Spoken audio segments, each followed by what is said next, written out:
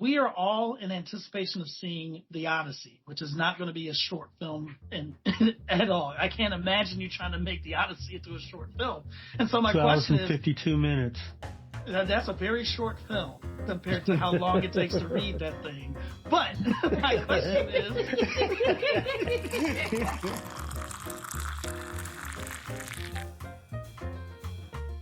Hello, and welcome to another episode of the Cup of Tea Critiques podcast, where we dive deep into cinema and industry topics so you can decide for yourself if they're your cup of tea. Ready for a deep look with the deep brew? This week's topic, movie adaptations. I'm your host, Brandon Chasen, and I'm here with my brother Chris, my mother Reba, and my father Terry. I got to thinking about how I felt when I watched the Harry Potter movies way back when, after reading the books. We know that the Odyssey is coming out soon, and it just got my brain to thinking about books that have been, made into movies, TV shows. And so I thought this might in general be a really cool topic to talk about, like the process, the decision to make an adaptation, whether they want to stick strictly to the text or, as an audience member, how much do we enjoy watching what we enjoyed reading. And I brought up Harry Potter, and I would read the book that related to the upcoming movie. And I would be disappointed for a moment because I'm like, oh, they didn't include this, or this is a cool fact that I was really looking forward to seeing on screen and everything. There are a number of things that I have watched that were adaptations, and I've read the material and then watched the adaptation. And there are a bunch that are in the boat of I never read the book, and I went to see the movie or the TV series or whatever it is anyway. Roughly maybe probably 50-50 of some of these things that I've read and or seen. The one that stands out the most for me in terms of going from book to adaptation is I've read a lot of Grisham books. And A Time to Kill was one of those that, obviously I read the book and I saw the movie. And I thought they did a pretty good job with it. One of the biggest knocks that when you start talking about adaptations in general is people are many times disappointed with the adaptation, movie or TV series. I've had some I've kind of questioned why they made some of the changes, but there are others that I was quite fine with whatever change they made. One of them in particular is, and your mother and I have had this discussion because we both read the book series, The Girl with the Dragon Tattoo. That was one where they made a change of what happened with one of the characters and totally different direction from what the novel did. And we were both like, why did they decide to change it in that way? What was wrong with, what the book said? It's not that we disliked what they did in the movie version. It was just completely different, but for what reason? And I thought about that a little bit as I was preparing for this, in that I think maybe they did it because they thought it might be a little more exciting with what they did in the film. Having her go to London and whatnot, it kind of made it a little easier, I guess, to translate with the goings back and forth between Sweden and London as opposed to what they did in the book. It's funny. There's so much of what we see on screen is, if it's not adapted from text, it's inspired by text in a way. And so I thought one of the articles that you shared, Mom, was interesting. And I've had it as a trivia question before, actually, which is that "Oh Brother, Where Art Thou" by the Coen brothers is inspired by the Odyssey, and so. And the fact that they included a note in their end credit sequence that alludes to that was enough to change their Oscar category from, original screenplay to adapted. That would have never really been known. And so it almost becomes hard to distinguish, what is actually adapted by text, I guess.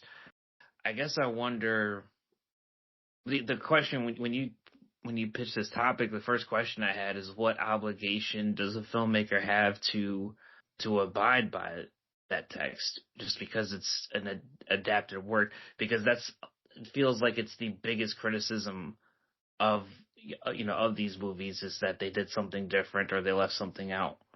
and it almost seems to supersede, how good or how entertaining it was when people say, well, they didn't do this, or this was in the book and they didn't do this, or this.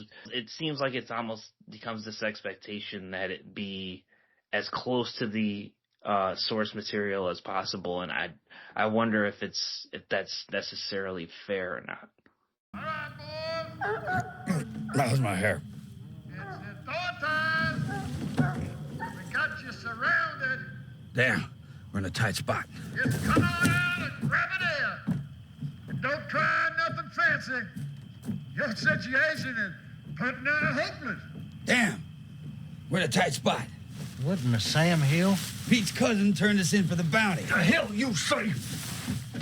Wallace is kin. Sorry, Pete. I know we're kin, but they got this depression on. How I got to do for me and mine? I'm gonna kill you. Yeah. Two things I would say about that. The Academy's definition of an adaptation is, which is kind of broad, and I was surprised by that it's not necessarily something that was straight from book, novel, or whatever, but it's any pre-existing source material, for the most part, is considered an adaptation. So many things that may seem like original ideas get lumped into the category, as far as the Academy is concerned, as an adaptation. That surprised me, that the requirements or stipulations for that were so broad. Whiplash was written by Damien Chazelle, and initially he made a short called, I think it was called Whiplash. Mm-hmm. He made a short. And then ultimately he got the green light to do the movie, and he did the movie. A successful movie. It was great film. Because he had already done a short, the movie Whiplash was considered an adaptation. So if it is something that is based on an existing work, then it is considered an adaptation. So that's just one example of that. At the opposite end, Spotlight, which was a movie about sexual abuse in the Catholic Church. And it was based on research done by reporters. And those same reporters wrote the screenplay. The reporters were Josh Singer and Tom McCarthy. It was based on their research. So Spotlight was considered by the Academy as an original screenplay. It was based on research that had been published in the newspaper. Other adaptations, though, include 12 Years a Slave, mm-hmm. Gone Girl, and One Battle After Another, which was also an adaptation that Paul Thomas Anderson won an Oscar for that adaptation based on Thomas Pynchon's book. One of the things that we read had two interesting things that it said about pulling off an adaptation that's successful. One was, he said, you must take the internal and make it external. So in novels, obviously the author has room to write hundreds of words that describe something in great detail, even some of the inner thoughts of the characters that you're not privy to, when it gets translated to film. So that's kind of a hard thing for a filmmaker to do. The other thing they said were, and I'll quote them, is adaptations succeed when they retain the integrity and tone that made their source material so beloved. And to me, that's the essence of it.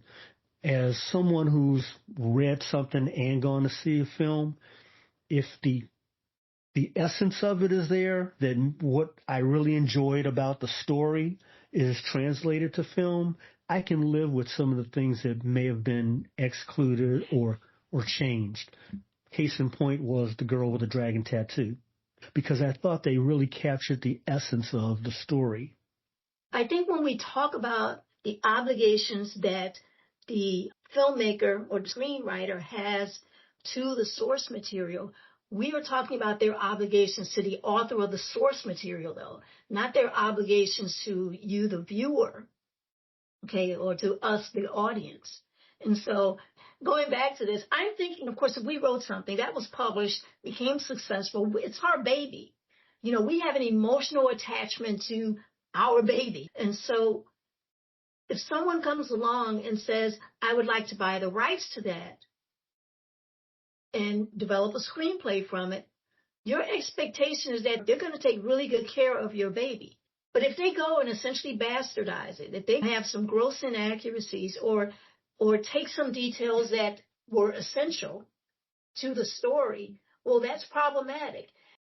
In a Studio Binder article, there's a video of Gordy Hoffman talking about this relationship between the screenwriter and the author of the source material and what that relationship should be like. First, he says, obviously, you get the rights to the material, but there should also be a working relationship with that author. You don't just buy the rights to the material and go off on your own and do what you want with it.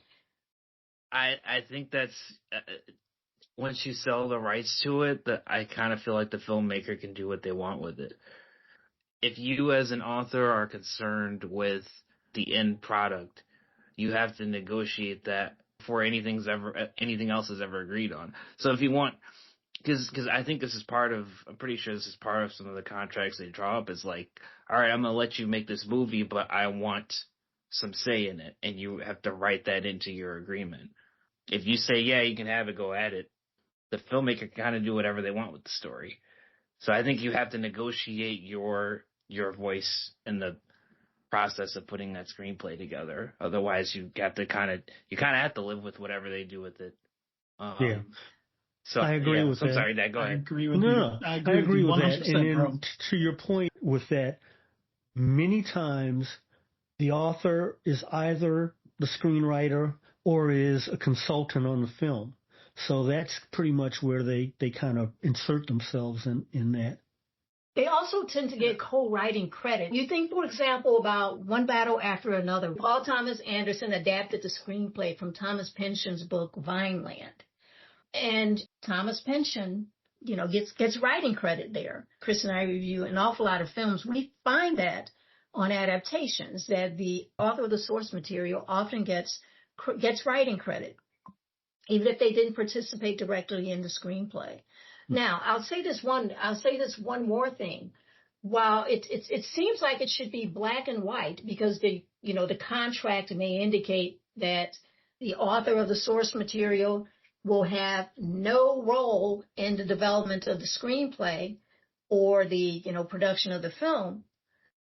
That is a contract that has nothing to do with emotions. And someone's book is an emotional attachment. So you can say they have to live with what they've contractually signed on to do. I would say that's easier said than done because it's their baby. I can agree with you, Mom, on that. However, you signed away your rights to, and I say all that also to say that if you're making an adaptation, you should be concerned with the people consuming your product first, because you're not creating this thing to appease the person that you purchased it from. Two things on that one. I agree that that's fair in terms of you make the movies for the audience, not the author. And I understand where an author might have an emotional attachment to that. And just to lop on to the two things that were said here, there's drama surrounding it even when the author has a consulting role or is the screenwriter. Okay, that's fair. Yeah. Also, when there is no author. So this even happens when somebody writes an original screenplay and sells it to somebody to make it. And so this doesn't even have to be book related. Even if the screenwriter, just wrote a script and sold it, they might not be, and it's happened before. You can look up interviews of it. They're like, yeah, I'm not really happy with that. But then again, I did give it to them with no, and had no involvement afterwards. And we've talked about in past episodes, like the Alan Smithy episode, we talked about how directors don't always have complete control over what the final product ends up being. The reality is you got these big, not always, but obviously you got these big studios or big production companies that are going, hey, we're fronting the money for this thing, and this is what it's going to be, basically. So, we paid you, we came to a written agreement, and we will sue you if you keep trying to get in the middle of this. So, it's not just, so authors are basically just another entity that might be frustrated with the final product the same way the original screenwriter would be, or even the director on the project would be. So I think your chance to have some sway is when you make that agreement. Either say no or say I want involvement in it. I assume it's more money if you just give it away, if you just sell it and don't have any involvement in it. But I think that's your chance to have some influence over the final product. Another thing, we're kind of talking about having an obligation to the source material, and there have been productions that have done both. For example, Mortal Instruments, City of Bones was made into a film, and it was very much married to the text. I saw the movie. I didn't think there was a problem with it. In fact, Jonathan Rhys-Meyers was in there, and he's a really good actor. So they had some people in there, and it was a good production, but it wasn't met with the same kind of audience appeal, despite being so true to the original written works. Then a few years later, there was a new creation called Shadowhunters, which was based in the same universe. It was an adaptation of the works, but it was a little bit looser with the story direction. And that actually lasted for about 3 or 4 seasons. I want to say about 4 seasons. I enjoyed both productions. And I have to admit, despite the fact that the movie was married to the text, I thought that the show did a lot better job of giving us what I think an audience member is truly looking for, which is for something to exist in this universe that I can at least know from the source material what factions are with whom and that kind of stuff, but I can at least enjoy watching a cinematic storytelling. And it takes me not far away from the original text, but a small tangent that allows me to enjoy something different and fresh. I didn't invite him into bed. We were just kissing. How swiftly you dismiss our love. Jason! Simon, it's late. I'm sorry we woke you. Oh, my. Go ahead. Go after him. Go apologize to him. Go tell him just how special he really is. Stop acting like that! Like what? Like nothing ever hurts you! Well, maybe you should have thought about that before you kissed me. I kissed you! Don't worry, it wasn't that special for me either.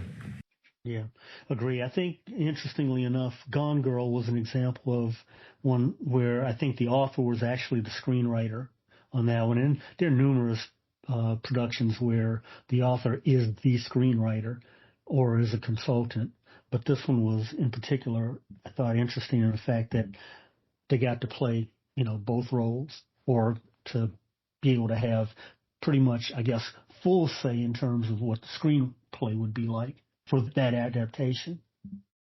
I think another factor even is just what is audience appeal, because they test screen a lot of the stuff before they release it, and they do reshoots, or they rework this or they rework that. So, I tend to think an author, a novelist can be a little more bleak or ambiguous or niche in terms of the decisions they make with their story. They can kill off a character that's very likable, or they can have two characters that, in a movie you would typically have end up together, not end up together, right? Like, I feel like novelists, they can make the more unpopular choice a lot of time. So I feel like that's a little bit of a difference, whereas I feel like when they test screen a lot of this stuff, they probably end up with people saying, why didn't he end up with her? That's what I wanted.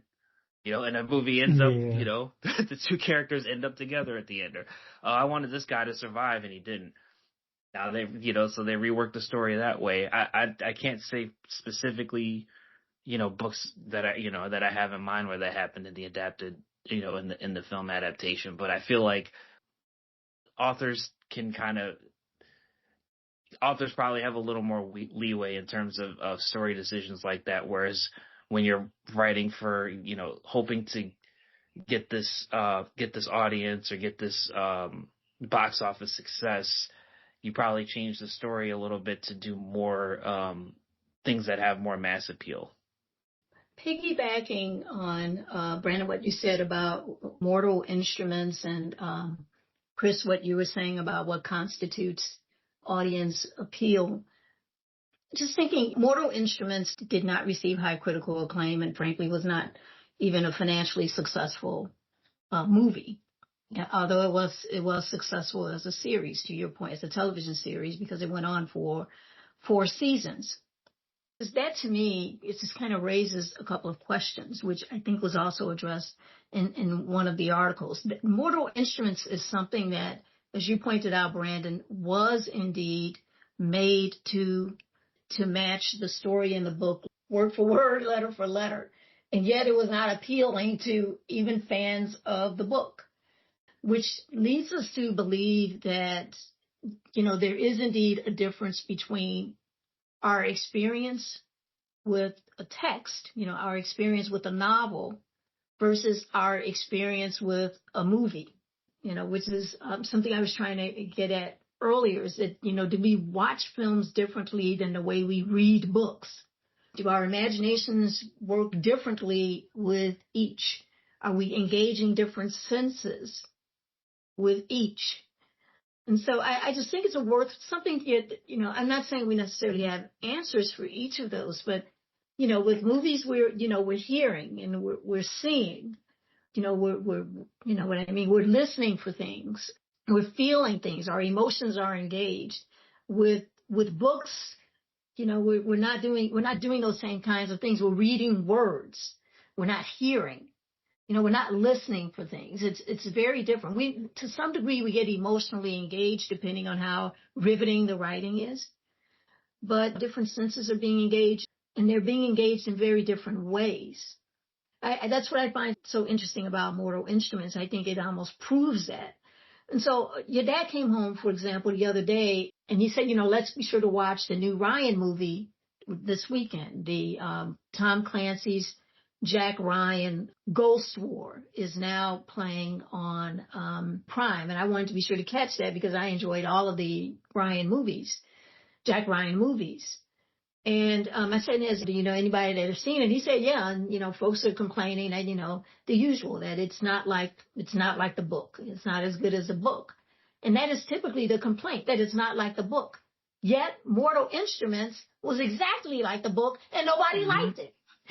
Nobody liked it. And to your dad's point earlier, in books, the author has the space to develop these huge descriptions of scenes and tell you what is occurring in someone's head. They can give you pages and pages of all of these descriptions. And that is not something they have time to do in a movie. They can't do all of that on screen, and they can't tell you what's going on in someone's head. You have to figure it out based on, a pensive look or something. You have to figure that out. And so we engage, and I'm sorry this is long-winded, but we engage books very differently than we engage films. So Chris said, what is audience appeal? It's very different than reader appeal. I have two things to add to that. One of the things that we read was talking about that, exactly what you said, in terms of what an author can do in a novel. One of the things that they pointed out was pace in novels versus movies. And exactly to your point, that the author can take time developing something, and you reading it, use, among other things, your imagination in terms of how you shape these things. We are in an era now where there's so much consumption on phones, and even when it comes to printing, when you read articles online, they tell you get all the information out in the first couple of paragraphs, and that's it, because everybody's attention spans are much shorter, and there's much more of a I need to consume now deal. And compare that to when you're reading a book, you're giving yourself the time and space to take in this story. Well, when you create the cinematic expression, you don't have that same kind of time. But also, when you want to take in something visually, you want the story to move along. When I watch the show, I want something to make me feel just as much on the edge of my seat, but it's got to get me off of it fast enough for me to feel like it engages and works as well. Mortal Instruments didn't do that. And I wonder if directors and creators now find themselves possibly going too fast when they create these cinematic expressions. And that's another reason why we feel like we don't enjoy them, because they're moving too quick through something that as we read, we know we have the breadth and we can take time. I don't think they can. I mean, a book can take as long as it wants. Remember that Charlie Brown, the Charlie Brown Thanksgiving when you had to drag around War and Peace on the wagon and try to read it over the Thanksgiving break? Yep, and, the New Year's break. It was the Happy New Year's break. Yeah, so he had to try to get War and Peace read over that break, which was maybe a couple of weeks. Good luck with that. The reason I mentioned that is to say that authors can take as long as they feel they need to write their books. And in the end, it can be 200 pages or it can be 2,000 pages. I mean, it can be as long as they want it to be. It can go across volumes. You know, Barack Obama's last book that was written after he left the White House, at the beginning he talks about his process and said he figured, you know, after he had, you know, outlined it and everything, that it would be about 500 pages. The book is 700 pages. Okay? And so the books can be as long as the author needs them to be. And it's a good book. You know, it can be as long as the author needs them to be. That's not the case. And, you know, that is not the case with movies. They have, you know, 2 hours, 2.5 hours, maybe 3, if, you know, if they want to call it an epic, maybe 3 to get this done. And so when they're finished with the scene, you know, you get 2 seconds and they need to move on. They don't have time to let you just sit there, process that, and move on. You better work quick. And so I said all that to say that they don't have the time that an author has to give you, the viewer, to process what has happened in that scene that just blipped by. I agree with you, Mom, but what I'm speaking more towards is like when it's been executed well, that the director has done a good job of giving us the chance to wait on the edge of our seat and simultaneously still have moved the story along. For example, take Jurassic Park. And imagine how many pages it takes to describe the first time they see the Brachiosaurus. That probably takes several pages to discuss it in the full awe that they want to give the reader. Compare that to the movie. That scene probably takes 2 minutes, 3 minutes or whatever for us to take in. And I'm just saying that, like, that's what a good director is supposed to do, is capture that very quickly and still move the story to the next part. Yeah, that truly takes a lot of talent to do. I was just going to add 2 things. One, you all are absolutely right in terms of novel consumption. I read 1 to 2 chapters a night when I'm going through a book. That's it. It's either, depending on the number of pages in, you know, the chapters, any set of chapters, it's 1 or 2 chapters, and I'm done. And then the next night, you know, it's 1 or 2 chapters. So I can go at whatever pace I want with that. I can digest it. And to your point, you know, whatever I've read has time to sink in and, you know, whatever until the next time I start it up. You obviously definitely don't have that luxury in a movie. The closest thing you can come to it is a TV series with commercials. Most people speed through those anyway. Like us. Yeah, right.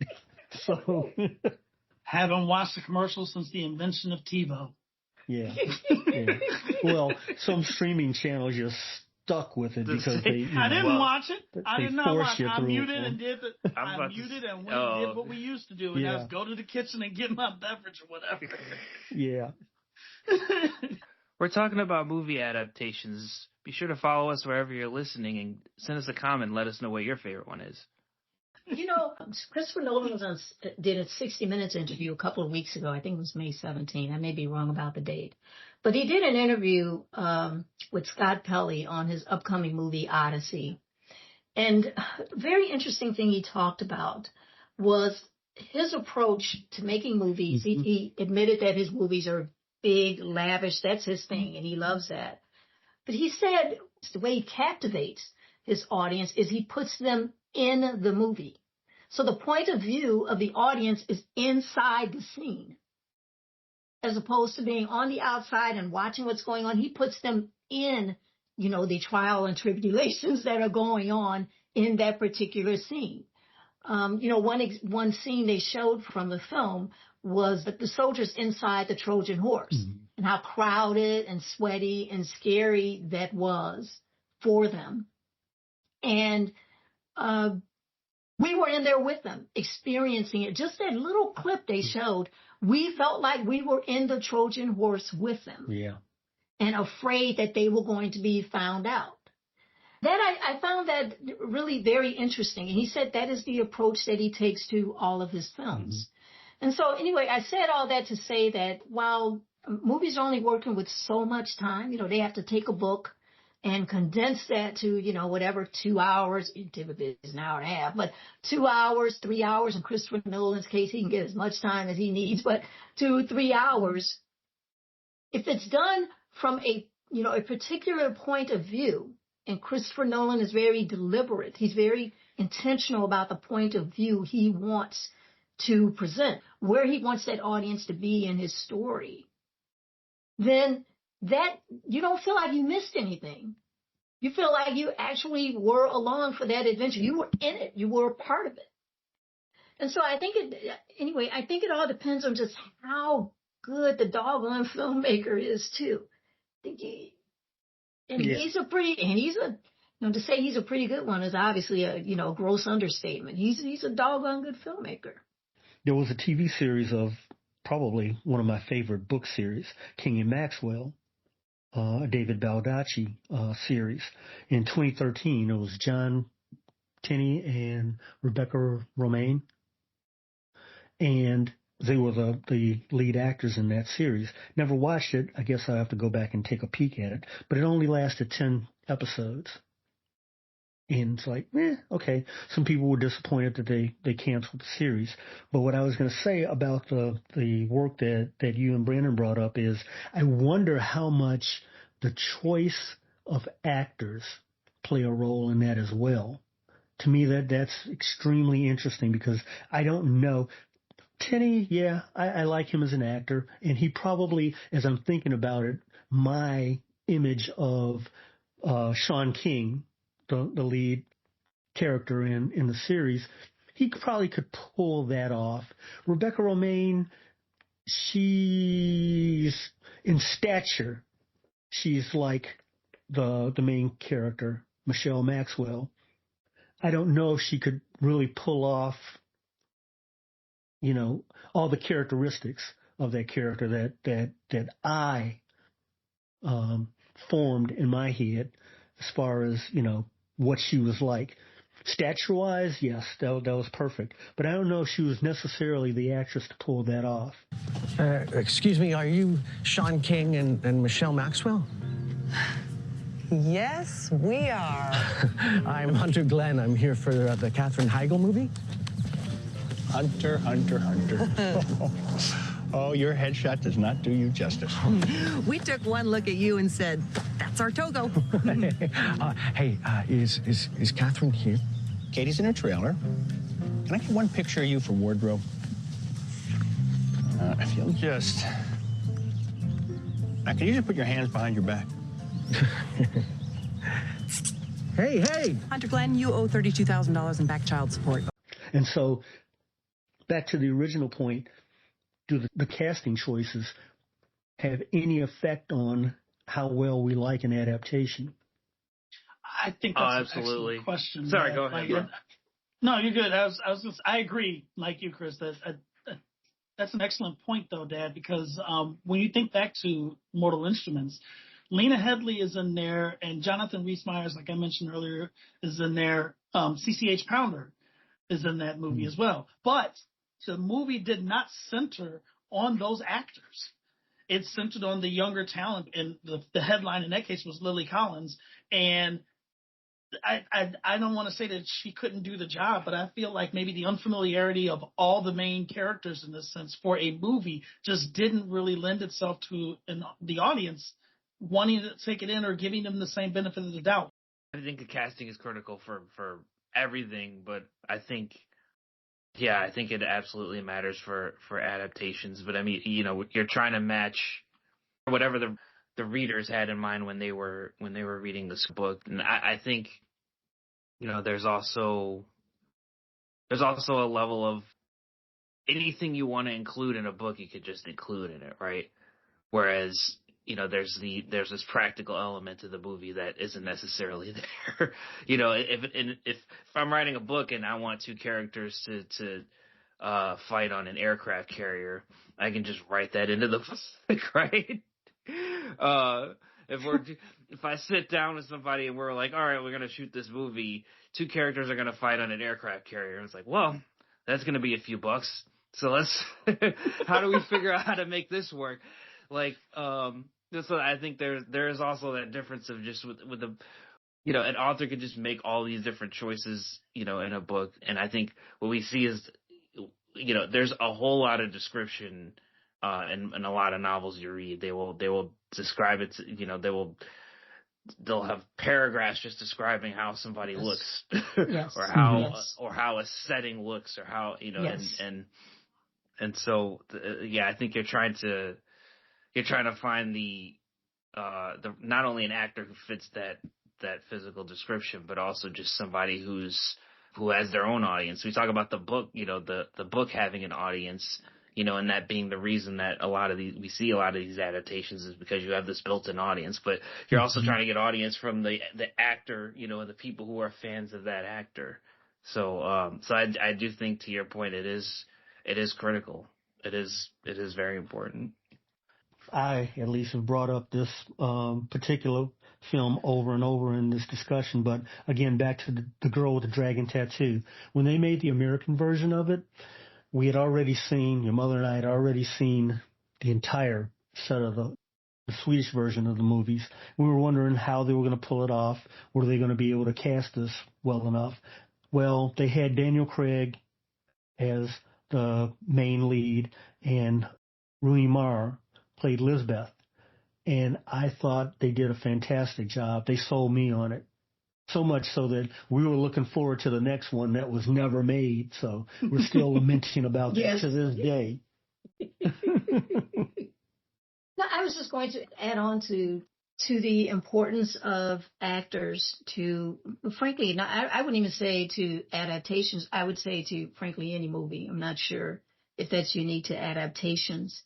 But they mentioned The Big Short, which was a movie about the, you know, manipulation of financial markets. It was turned out to be a really big movie. And they used, I think these were comedians they used, but they used cameos by these, I think it was comedians, to explain some of the complicated financial terms. And that helped to kind of engage the audience in this movie that's about financial markets. You and I saw a movie Rollover years ago that had Chris Christopherson in it, who just seeing him try to pronounce the words was engaging enough for us. Yeah. Another was Silver Linings Playbook, which was an adaptation as well. And we know, of course, they used Bradley Cooper and Jennifer Lawrence in that movie. Talk about strong actors. I mean, that you know, they were key to pulling that movie across not just the finish line, but certainly making it as big as it was, no doubt. So I think actors, I know those were adaptations, but I think the actors are truly key, frankly, for adaptations or just regular movies. I can get a letter to Nikki. I see her sometimes with my sister.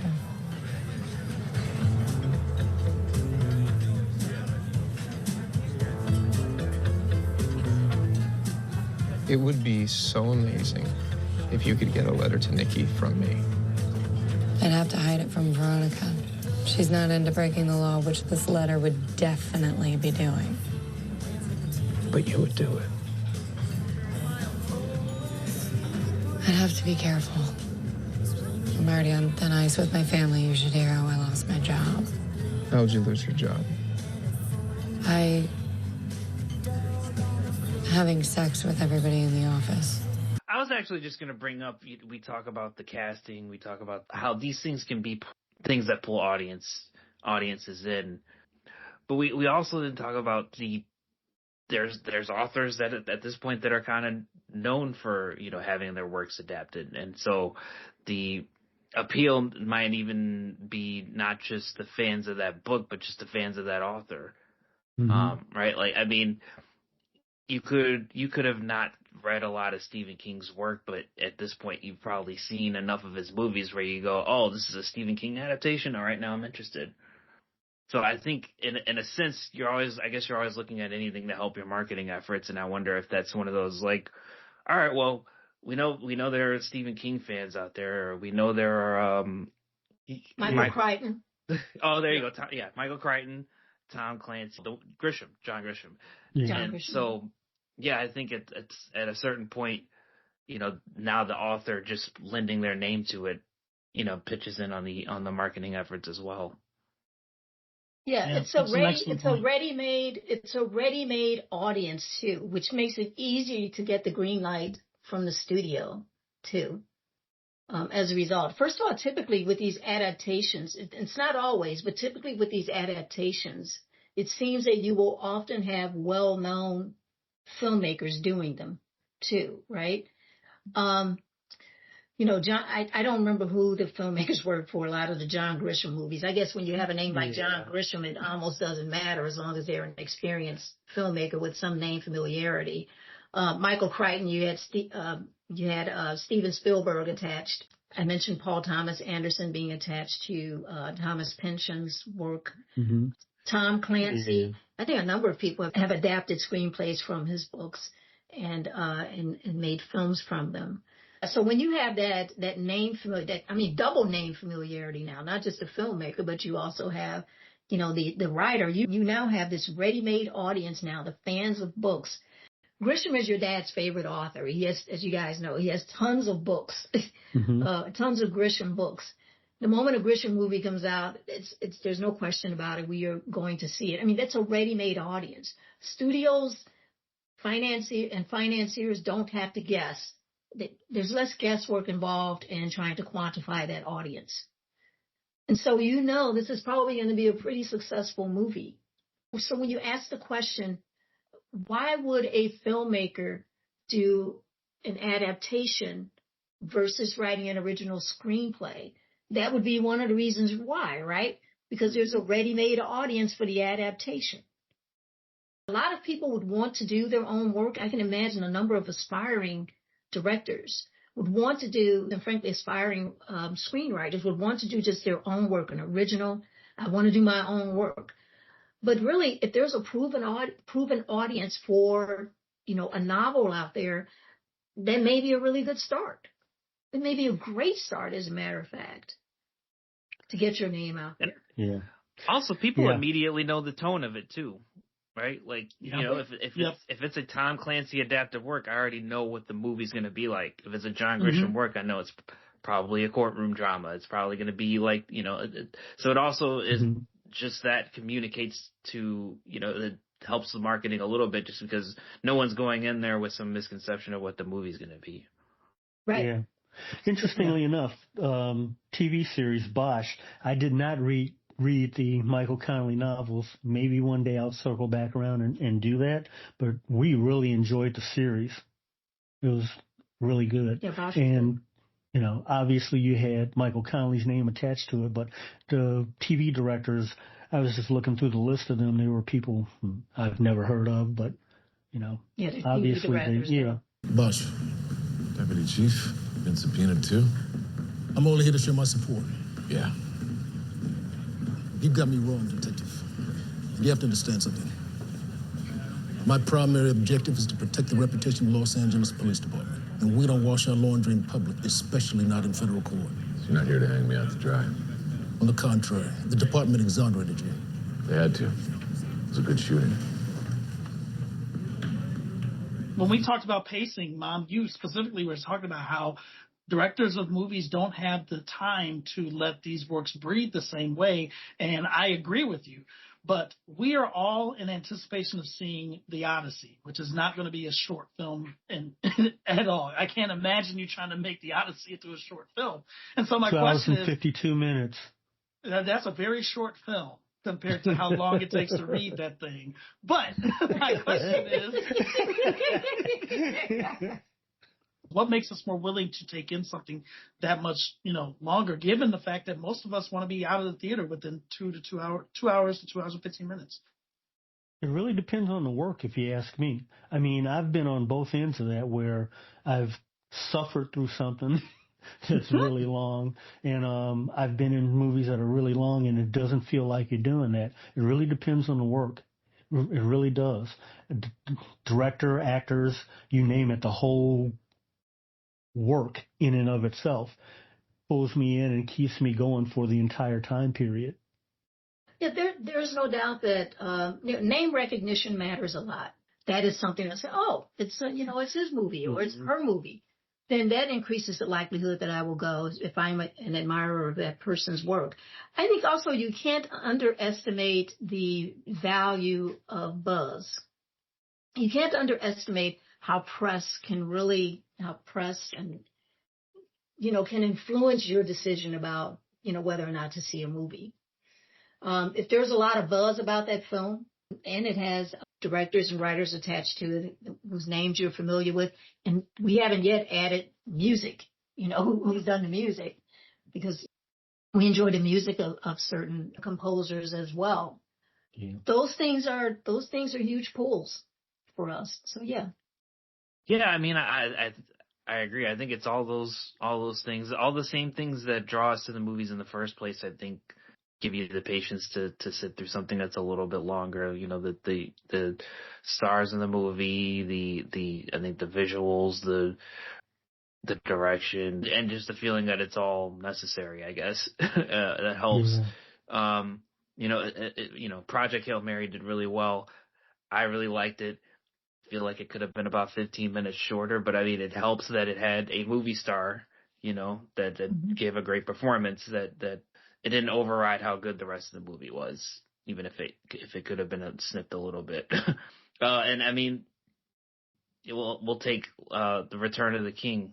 I think the fact that it was in totality so good made you forgive a little bit the fact that there were about 5 different endings to the movie.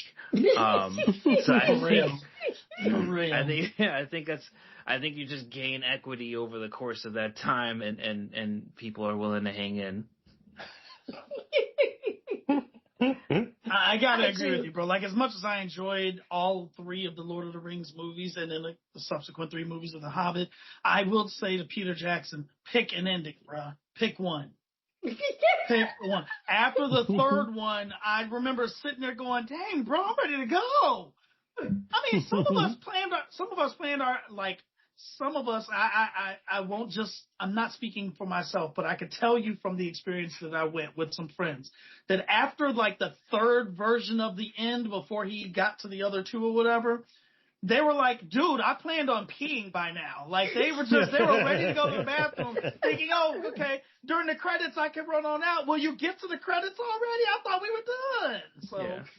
It's just a sorry, I theater just had to take full a of moment people. on that. Yeah, the theater full of people going, "Well, that was good." Oh, okay, well. Right? I gotta admit, I recently watched The Housemaid, which was a book adaptation, and it starred Amanda Seyfried and Sydney Sweeney, and I thought it was overall a pretty good movie. There are some scenes in the middle of the movie where I became hyper aware that I was watching a book adaptation. Like, I was like, oh, this was a romance novel. That's right. Like, there are a couple of scenes. I don't really know how to describe it. There's a couple scenes in the middle of the movie where you're like, oh yeah, this is definitely based on a book. Oh, wow. So, that's it bad, briefly though. pulled me. No, it briefly pulled me out of it a little bit. But I do feel like overall it was a good movie, and I feel like it might have even been intentional. Because if you are bringing in an audience that I feel like for a book like that, you're bringing in an audience that likes that kind of stuff. They probably read other books like that. So I felt like it was very intentional the way they included some of those scenes. I wish I could describe it a little bit better, but I think if you read enough of those or watch enough of those, you know exactly what I'm talking about, especially if you've seen this one. I get what you're saying, bro. Some of the and like some of the scenes in Scandal and even what's the other one? Grey's Anatomy. Like some of the very mushy soap opera-ish like scenes where music would start playing and then and then you were just like, oh, come on. There are a couple scenes like that in Housemaid. So that's what I'm talking about. Okay. I just didn't really know how to just very mushy in a way that you don't even in a lot of romantic movies you don't necessarily see, where you're like, this feels like it's from a book.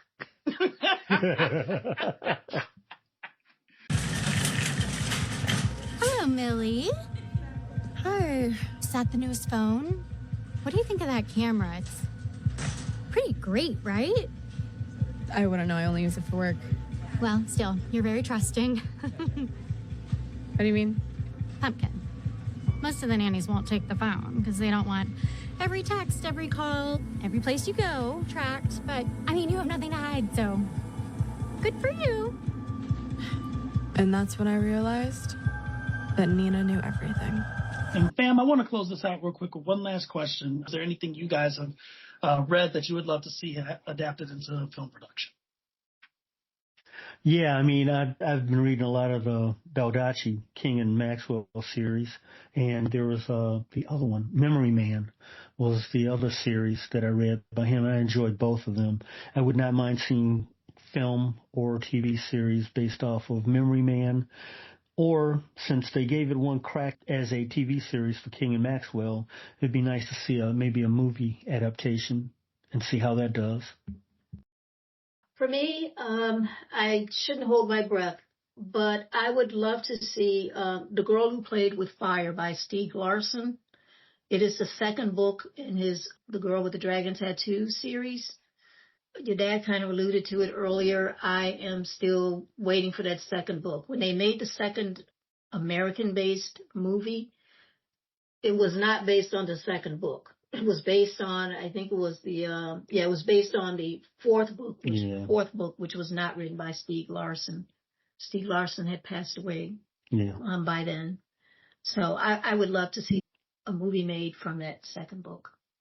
I like a lot of Kurt Vonnegut books, so I think and they did do Slaughterhouse-Five, but I would that's one of those authors where if you told me like they were adapting one of his books, I would probably be interested in going to see it. So, I mean, some of the ones I've read are Mother Night, Dead-Eye Dick, Breakfast of Champions, Sirens of Titan. They're all good. They all have, a little bit of, a sense of humor.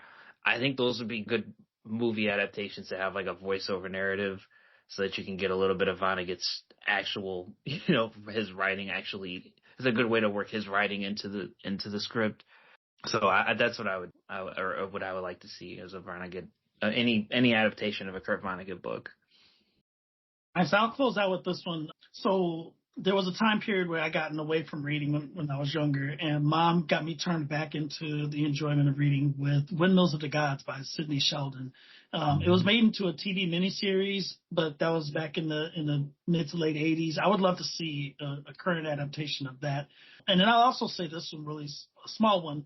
I don't want a biographical pick necessarily, but I would be very curious to see. There was this book called Comeback, and it was about Dave Dravecky, who was a pitcher in the 80s. He actually had cancer in his arm. They had to amputate. But I would be very curious to see a film adaptation of his story. It doesn't have to necessarily be directly based off of that book, but I would be curious. I think it'd be a nice dramatic movie to watch them tell this story about what he had to go through and then how he's overcome it. I've seen his interviews on 60 Minutes since that occurred, so it'd be kind of interesting to see it properly told cinematically. Interesting. A movie they shouldn't make, but they've already made. There's a new Hunger Games coming out in November. And I read the first 3 books when they came out, and by the time I got to the third, I was so mad. I was just so mad. I can't believe they've come out with another movie. So books that shouldn't be adapted, Hunger Games. Leave them alone. Yeah, it's interesting. A lot of people weren't happy with the ending of the third Hunger Games book. I feel like a lot of people don't like the way it ended. Maybe that's why they tried to do a fourth. Yeah, to pile on, I also hated the Ender's Game adaptation. I didn't think that was good at all. There's a lot of people that didn't like how that was. I hadn't read Ender's Game yet, but when I watched the movie, I thought, okay, this is kind of cute. It's all right or whatever. And then several people that read the books told me it was trash. Like they had to take a breath to say the word trash. And Chris, you were one of them. So I was like, okay, apparently it wasn't that good. Which is a shame because that one, when we were talking about proper casting, Ben Kingsley is in there. I'm missing some other actors, but it had a good cast, and yet it's severely flopped. The appeal of such a movie, I mean, and the way you would market is kind of, I think a lot of what applies to adaptations applies to everything else, name recognition, sticking as close to the source material as you possibly can, but also if you're gonna take creative license, make it entertaining. There we go, right there. I'll add this also. When you make the adaptation, it is okay to stop at the first adaptation. You do not need to be a glutton and then create subsequent terrible works. And I say this in support of our mother. Mom, I am so sorry that they had to make The Lost World after making Jurassic Park. The first one was so great, they could have stopped there, and instead they gave us that. So it is okay. You are a glutton. Exactly, bro. But exactly. That's all I'm saying, is that it is okay to do one adaptation and be done. You do not need to go, oh, this made Who Gobs a Butt. We've got to make more. No, you don't. They don't. No, you do not. Stop. Leave it alone. Leave it be. Thanks so much for listening to the Couple T Critiques podcast. Be sure to follow the show so you don't miss the next episode. You can stay in the loop on all things COTC by subscribing on our website at coupletcritiques.com. Find us on TikTok and Letterboxd as well. For Reba, Terry, and Chris, I'm Brandon. We'll see you next time for another Deep Look with the Deep Look.